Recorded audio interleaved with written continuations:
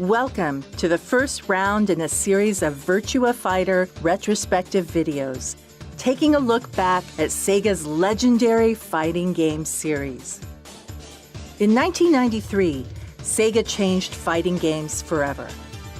Developed by Yu Suzuki's legendary AM2 studio, and already responsible for the creation of a whole host of arcade classics, Virtua Fighter brought polygonal characters in true 3D motion to the evergreen genre using the cutting-edge technology found within Sega's top-of-the-line Model 1 arcade board.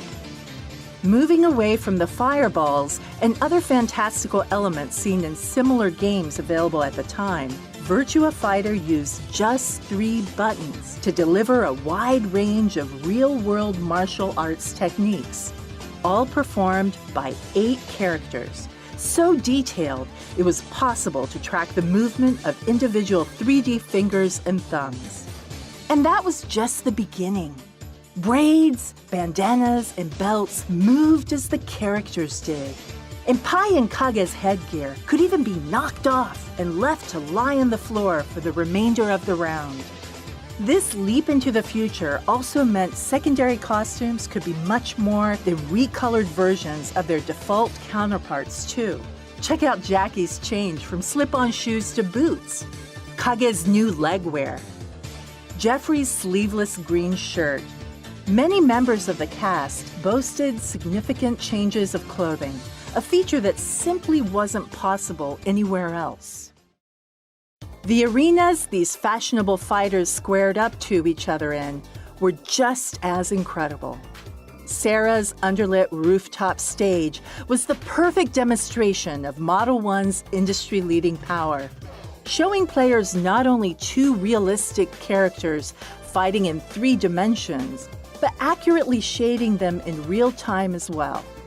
The dramatic lighting catching shins and open palms as characters pushed forward and illuminating their backs when they were knocked out on the floor. As Virtua Fighter predates texture mapping, all the detail on the stages was in 3D too. Even the bolts you see on the stage floor aren't textures, but rather entirely made of polygons.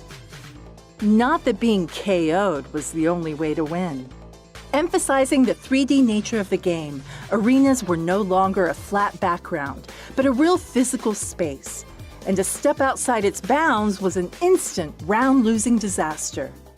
This opened up a whole new way of play. Being able to trip, push, and knock an opponent out of the ring gave even the weakest player a chance of turning the tables with the right move at exactly the right time. Virtua Fighter's phenomenal arcade success naturally saw the title brought home many times.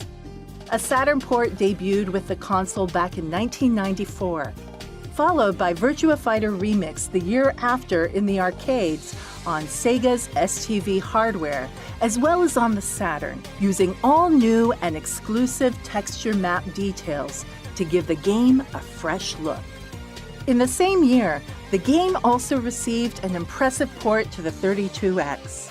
And to celebrate the series' 10th anniversary, Virtua Fighter had a very special home release made for Sony's PlayStation 2, including not only the original cast, but the entire Virtua Fighter 4 Evolution roster, recreated in the original's distinctive style, with everyone receiving an upgrade to their then-current movesets.